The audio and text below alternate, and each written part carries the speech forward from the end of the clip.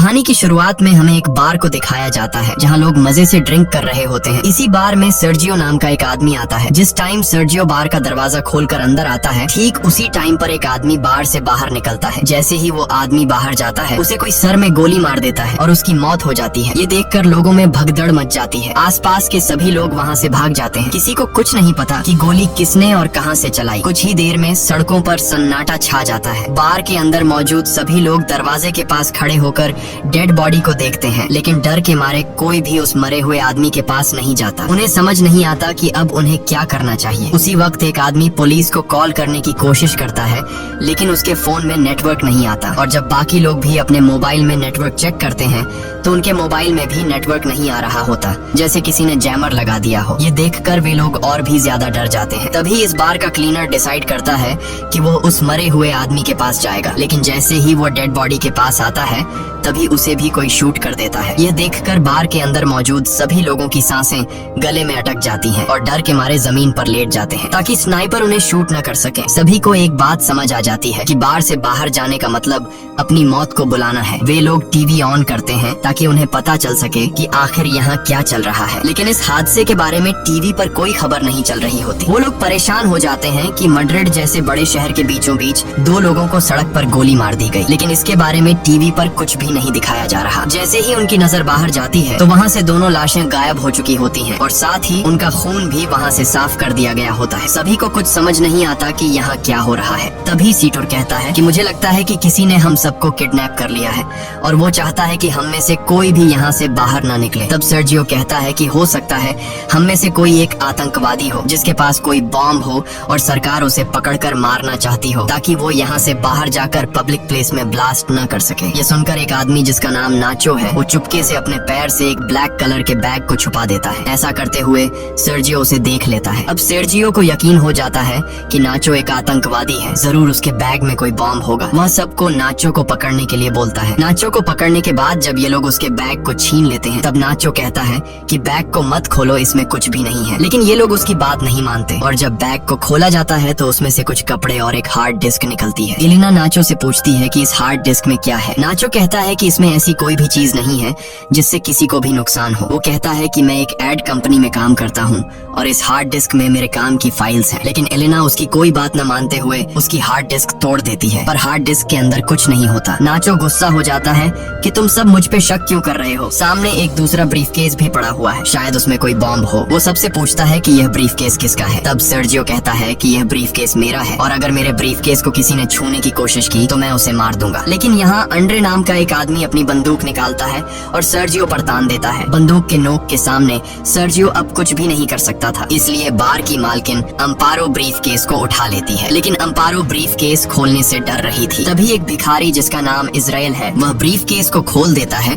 और ब्रीफकेस के अंदर से सारा लेडीज का सामान बाहर निकलता है। सर्जियो कहता है कि मुझे यह सब बेचना पड़ता है और लोगों को मेरे इस काम के बारे में बताने में मुझे शर्म आती है। इससे पहले कि कोई कुछ समझ पाता, उसी वक्त उन्हें बाथरूम से एक अजीब सी आवाज आती है। जब ये लोग वॉशरूम का दरवाजा खोलने की कोशिश करते हैं, तो दरवाजा अंदर से लॉक होता है। ये लोग किसी तरह दरवाजा खोलकर बाथरूम में जाते हैं और देखते हैं कि वहाँ पर एक मोटा आदमी पड़ा हुआ है जो कि बेहोश है। दरअसल कहानी की शुरुआत में ये आदमी खांसते खांसते इस वॉशरूम में आया था और तब से वो यहीं पर बेहोश पड़ा है। इस आदमी के पास एक इंजेक्शन भी पड़ा होता है। ये लोग इससे एक नशेड़ी समझकर वहीं पर छोड़ देते हैं। तभी इन लोगों को बाहर से गाड़ियों की आवाज आती है। जैसे ही ये लोग बाहर के गेट के पास जाते हैं, तो ये देखते हैं कि बाहर बहुत सारे आर्मी ऑफिसर्स आए हैं, जिनके चेहरों पर मास्क लगा हुआ है। आर्मी सोल्जर्स को देखकर ये लोग बहुत खुश हो जाते हैं और मदद के लिए पुकारने लगते हैं। ये सोल्जर्स वहाँ पर बहुत सारे टायर्स का ढेर बनाते हैं और उन टायर्स को जलाकर वहाँ से चले जाते हैं। हालांकि सभी को लग रहा था कि ये हमारी मदद करने आए हैं, लेकिन वो इनकी मदद नहीं करते और वहाँ से चले जाते हैं। कुछ देर बाद टीवी पर न्यूज दिखाई जाती है कि सिटी के एक बहुत बड़े हिस्से में आग लग गई है, इसीलिए उस जगह को सील कर दिया गया है और उस जगह पर अब कोई भी नहीं जा सकता। बार में फंसे लोगों को कुछ समझ नहीं आता कि सरकार झूठ क्यों बोल रही है। ये आग सरकार ने खुद लगाई है। उन्होंने हमें देख भी लिया, फिर भी हमें नहीं ले जा रहे। तभी वो आदमी जो बाथरूम के अंदर बेहोश था, वो अचानक सबके सामने आ जाता है। उसकी पूरी बॉडी बुरी तरह से फूल गई होती है, साथ ही उसकी आंखें भी सफेद लाइट की तरह चमक रही होती हैं। वो आदमी कहता है कि मेरे पास मत आना और मुझे छूने की कोशिश बिल्कुल भी मत करना। ये कहकर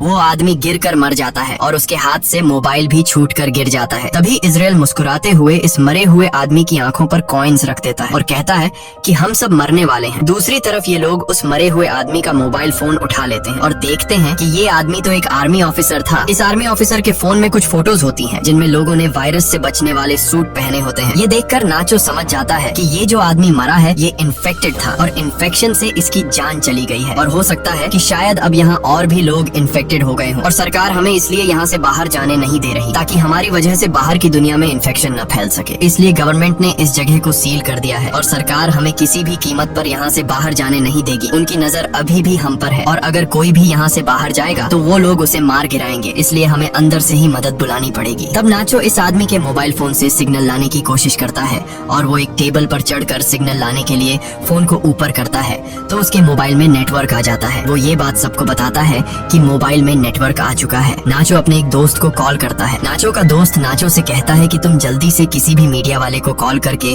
उसे सब कुछ बता दो। लेकिन तभी सेटर भी फोन पर बात करने के लिए टेबल पर चढ़ जाता है और नाचो से मोबाइल छीनकर मदद के लिए चिल्लाने लगता है। लेकिन तभी टेबल पर ज्यादा लोड आने की वजह से टेबल टूट जाता है और उनका कनेक्शन कट जाता है। तब एंड्री दोबारा सिग्नल लाने के लिए नाचो से फोन मांगता है, लेकिन बार की मालकिन अम्पारो उसे रोक देती है और कहती है कि इस फोन को मत छूना क्योंकि ये फोन उस इन्फेक्टेड आदमी का है जो इन्फेक्शन की वजह से मर गया है। ये फोन भी इन्फेक्टेड है और अगर तुमने इस मोबाइल को छू लिया तो तुम भी इन्फेक्टेड हो जाओगे। सर्जियो और एंड्री को बार की मालकिन की ये बात बिल्कुल सही लगती है। अब इसका मतलब नाचो और जिस किसी ने भी इस मोबाइल को या इस आदमी को छू लिया है वो सब के सब इन्फेक्टेड है और ऐसा करने वाले इनमें से 5 लोग हैं। अब ये तीनों एक साइड पर खड़े हो जाते हैं और मोबाइल और उस डेड बॉडी को छूने वाले 5 लोग दूसरी साइड पर खड़े हो जाते हैं। तब एलेना कहती है कि हमें पागलपंती नहीं करनी चाहिए। घंटों से हम एक दूसरे के साथ हैं, अगर हमें इन्फेक्टेड होना होता तो अब तक हम इन्फेक्टेड हो जाते। लेकिन एंड्री अपनी बंदूक निकालकर एलेना से कहता है कि मुझसे दूर रहो नहीं तो मैं तुम्हें मार दूंगा। इसके बाद बार की मालकिन सर्जियो और एंड्री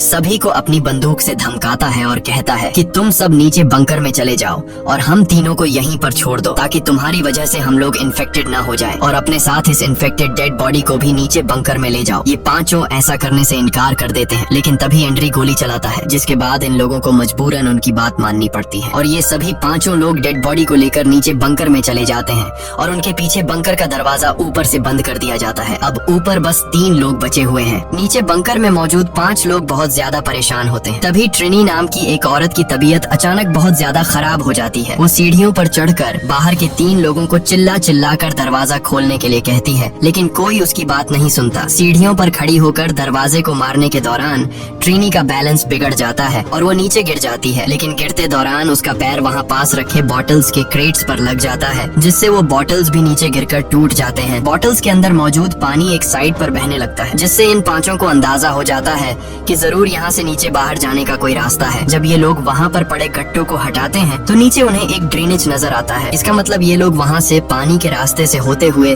वहाँ से बाहर निकल सकते हैं। अब ये लोग सोचते हैं कि यहाँ से बाहर जाएगा कौन। तभी इजराइल ड्रेनेज के जाली को हटा देता है और वो ड्रेनेज के अंदर से होकर यहाँ से बाहर निकलने का फैसला करता है, लेकिन इस ड्रेनेज का रास्ता बहुत तंग था, इसलिए इजराइल अपनी पूरी बॉडी पर ऑयल लगाता है और इस ड्रेनेज से नीचे जाने की कोशिश करता है, लेकिन ड्रेनेज का छेद बहुत ही छोटा था जिससे वो नीचे नहीं जा पा रहा था और इजराइल छेद में फंस जाता है। तभी अचानक इन लोगों को गोलियों के चलने की आवाज आती है और उन्हें ऊपर मौजूद 3 लोगों की चिल्लाने की आवाजें आती हैं। आवाजें सुनकर ये लोग बहुत ज्यादा घबरा जाते हैं। फिर उन्हें ऊपर बार में धुआं दिखाई देता है जिसे देखकर ये लोग समझ जाते हैं कि ऊपर जो 3 लोग थे उन्हें किसी ने मारकर पूरे बार को आग लगा दी है। तब ट्रिनी ऊपर लोगों की स्थिति देखने के लिए ऊपर जाकर बंकर के दरवाजे को खोलने की कोशिश करती है, लेकिन बंकर का दरवाजा बहुत ज्यादा गर्म होता है, इसलिए ट्रिनी के छूते ही उसके हाथ जल जाते हैं और वो चिल्ला पड़ती है, जिसके बाद ये लोग ट्रिनी के हाथों पर पट्टी कर देते हैं जिससे ट्रिनी को थोड़ा सुकून मिल जाता है। वहीं दूसरी तरफ इजराइल अभी भी बुरी तरह से ड्रेनेज में फंसा हुआ होता है। अब वो लोग सब एक साथ मिलकर इजराइल को ड्रेनेज से बाहर निकालते हैं। इसके बाद ये लोग नीचे बैठकर चुपचाप इंतजार करते हैं जब तक ऊपर का मामला शांत न हो जाए। कुछ घंटों बाद आग पूरी तरह से बुझ जाती है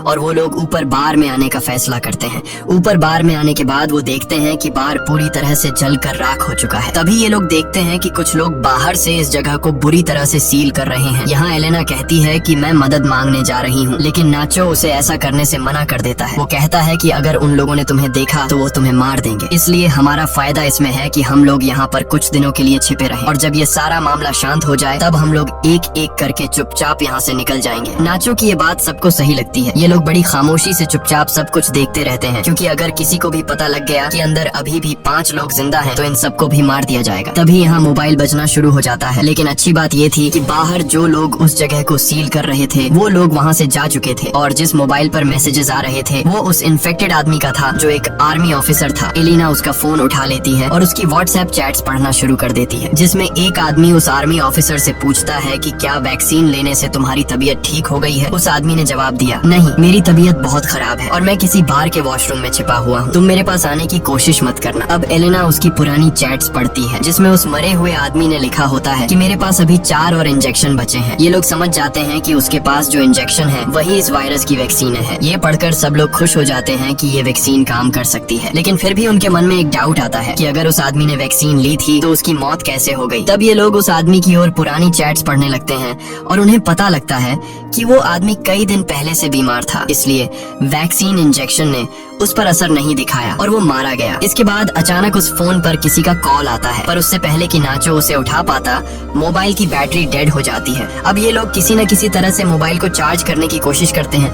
नाचो को वहाँ गन मिल जाती है जिसे वो चुपचाप उठा लेता है। वहीं एलेना कहती है कि उस आदमी ने चैट्स में ये लिखा था कि मेरे पास 4 और बची है, तो क्यों ना हम उन 4 वैक्सीन को ढूंढे। जिसके बाद ये लोग वापस नीचे बंकर में आते हैं और उस डेड बॉडी की चेकिंग करने लग जाते हैं, लेकिन उन्हें वहाँ पर कोई वैक्सीन नहीं मिलती। तभी उन्हें याद आता है कि ये आदमी सबसे पहले वॉशरूम गया था। जब ये लोग वॉशरूम पहुँचते हैं तो वहाँ पहले से इजराइल वैक्सीन को हाथ में लेकर बैठा था। नाचो और बाकी सब इजराइल को बहकाने की कोशिश करते हैं और कहते हैं कि वैक्सीन हमें दे दो, पर इजराइल कहता है कि तुम लोग 5 हो और वैक्सीन 4। अगर मैंने तुम लोगों को वैक्सीन दे दी तो तुम लोग मुझे मेरे हिस्से का एक वैक्सीन नहीं दोगे, क्योंकि मैं एक भिखारी हूँ और तुम लोगों को मेरी जिंदगी की कोई अहमियत नहीं है। इसलिए इजराइल सबसे पहले एक इंजेक्शन निकाल कर अपने आप को इंजेक्ट करने लगता है। तभी नाचो उस पर अपनी बंदूक तान देता है, लेकिन इजराइल फिर भी वैक्सीन अपने शरीर में इंजेक्ट कर लेता है। जिसके बाद नाचो और इजराइल के बीच हाथापाई शुरू हो जाती है। इजराइल नाचो पर हावी हो जाता है और उसकी गन को छीन लेता है। इसी हाथापाई के दौरान वैक्सीन इजराइल के हाथ से छूटकर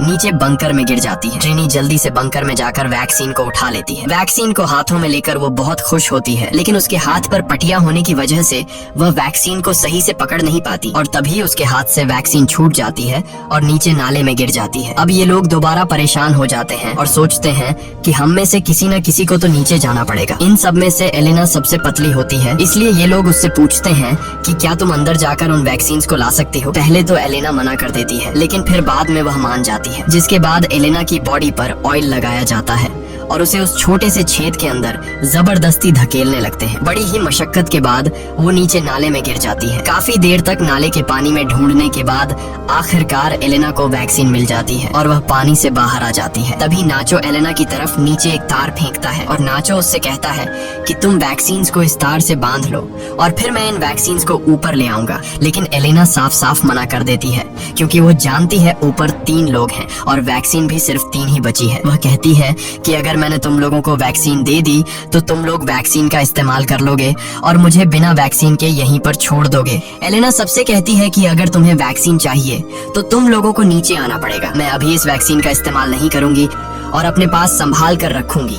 जब तुम सब नीचे आ जाओगे तब हम बैठकर फैसला करेंगे। अब ऊपर मौजूद लोगों के पास और कोई दूसरा रास्ता तो था नहीं, इसलिए ये लोग उस छेद का रास्ता बड़ा करने के लिए उसे तोड़ने लग जाते हैं। जब ये लोग छेद को तोड़ने में लगे होते हैं तब एलिना बाहर का रास्ता ढूंढना शुरू कर देती है। थोड़ी दूर जाने के बाद उसे एक जगह पर रोशनी दिखाई देती है। सबसे पहले वह इंजेक्शंस को वहाँ पर बने एक गड्ढे में छुपा देती है। उसके बाद वह सीढ़ियों से ऊपर जाकर देखती है कि बाहर बहुत सारी पुलिस फोर्स है जिन्होंने पूरे एरिया को कवर कर रखा है और वो लोग बार में मरे उनके 3 साथियों को जला रहे हैं। तब हम देखते हैं कि बाकी के 4 लोग जो ऊपर बंकर में थे उन्होंने छेद का रास्ता बड़ा कर दिया है और वे भी अब किसी न किसी तरह से नीचे आ जाते हैं। नीचे आते ही इजराइल और नाचो के बीच एक बार फिर फाइट शुरू हो जाती है। नाचो इस बार इजराइल से गन छीनना चाहता था और इस बार नाचो उससे बंदूक छीन लेता है। तभी पानी के अंदर से गोली चलने की आवाज आती है और नाचो ऊपर आ जाता है। जब ये लोग देखते हैं कि नाचो तो ऊपर आ गया है पर इजराइल अभी तक बाहर नहीं आया तो वो समझ जाते हैं कि इजराइल मर चुका है और ये लोग आपस में एक दूसरे को कहने लगते हैं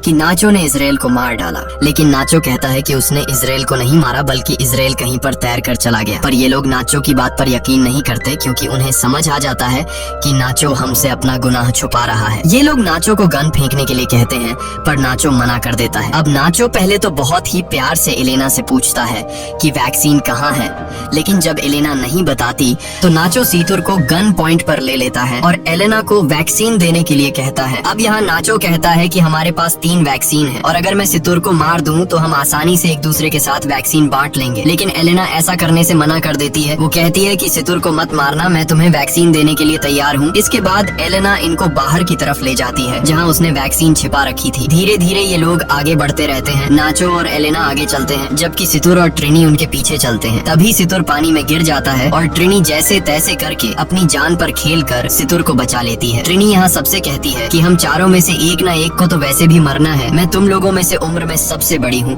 और मैं अपनी जिंदगी जी चुकी हूँ, इसलिए वो नाचो से कहती है कि तुम मुझे गोली मार दो ताकि तुम सब आसानी से एक दूसरे के साथ वैक्सीन बांट सको और तुम्हारी जान बच जाए। काफी देर तक सोचने के बाद नाचो ट्रिनी पर बंदूक तान देता है लेकिन वो गोली नहीं चला पाता, जिसके बाद ट्रिनी नाचो से गन लेकर यहाँ से थोड़ी दूर जाकर अपने आप को गोली मार लेती है। अब सिर्फ 3 लोग बचे थे और उनके पास इंजेक्शन भी 3 ही थे, इसलिए सब एक एक इंजेक्शन ले लेते हैं। इसी बीच उन लोगों को उस जगह से आवाजें आने लगती हैं जहाँ पर ट्रिनी ने खुद को मार डाला था। ये लोग जब उस जगह पर जाते हैं तो देखते हैं कि ट्रिनी की आंखों पर किसी ने कॉइन्स रखे हैं और ये देखकर ये लोग समझ जाते हैं कि ये काम किसी और का नहीं बल्कि इजराइल का है, क्योंकि इजराइल ऐसा करता है। और तभी पीछे से इजराइल सितुर पर हमला करके उसे जान से मार देता है। इजराइल बहुत ज्यादा गुस्से में था और वह नाचो और एलेना की जान के पीछे पड़ जाता है। तभी नाचो और एलेना को सामने सीढ़ियां दिखाई देती हैं। ये दोनों तेजी से सीढ़ियों की तरफ भागते हैं और इजराइल से खुद को बचाने के लिए सीढ़ियों पर चढ़ने लगते हैं। पर तभी एलेना के पास जो इंजेक्शन होता है वो उसके हाथ से छूटकर नीचे गिर जाता है। अब क्योंकि इजराइल भी उनको मारने के लिए उनके पीछे सीढ़ियों पर चढ़ रहा था, इसलिए अब एलेना इंजेक्शन उठाने के लिए वापस नहीं जा सकती थी, क्योंकि अगर वह नीचे जाती तो इजराइल उसे मार देता। तभी इजराइल नाचो को पैर से पकड़ लेता है। तब नाचो को एहसास हो जाता है कि वह बाहर नहीं जा पाएगा, इसलिए अपना वैक्सीन एलेना को पकड़ा देता है और उसे कहता है कि अपना ख्याल रखना है। तभी इजराइल नाचो को पैर से पकड़कर नीचे जोर से खींच लेता है, जिससे ये दोनों नीचे गिर जाते हैं और उनकी मौत हो जाती है। तब एलेना नाचो का दिया हुआ वैक्सीन खुद में इंजेक्ट करती है और ऊपर ड्रेनेज का ढक्कन खोलकर बाहर निकल आती है। बाहर निकलते ही उसे बहुत सारे लोग दिखाई देते हैं और वह देखती है कि सरकार ने यहाँ से आगे का पूरा इलाका सील कर दिया है। तभी एक औरत अपना जैकेट निकालकर एलेना को पहना देती है और एलेना लोगों में घुल मिल जाती है। इस कहानी में कुछ बेगुनाह लोग भी मारे जाते हैं, लेकिन गवर्नमेंट को यह कदम मजबूरी में उठाना पड़ा, क्योंकि अगर ये लोग बिना वैक्सीन के लोगों में घुल मिल जाते तो यह वायरस पूरी दुनिया में फैल सकता था। इसलिए गवर्नमेंट को अपनी कंट्री के पब्लिक की सेफ्टी के लिए यह कदम उठाना पड़ा।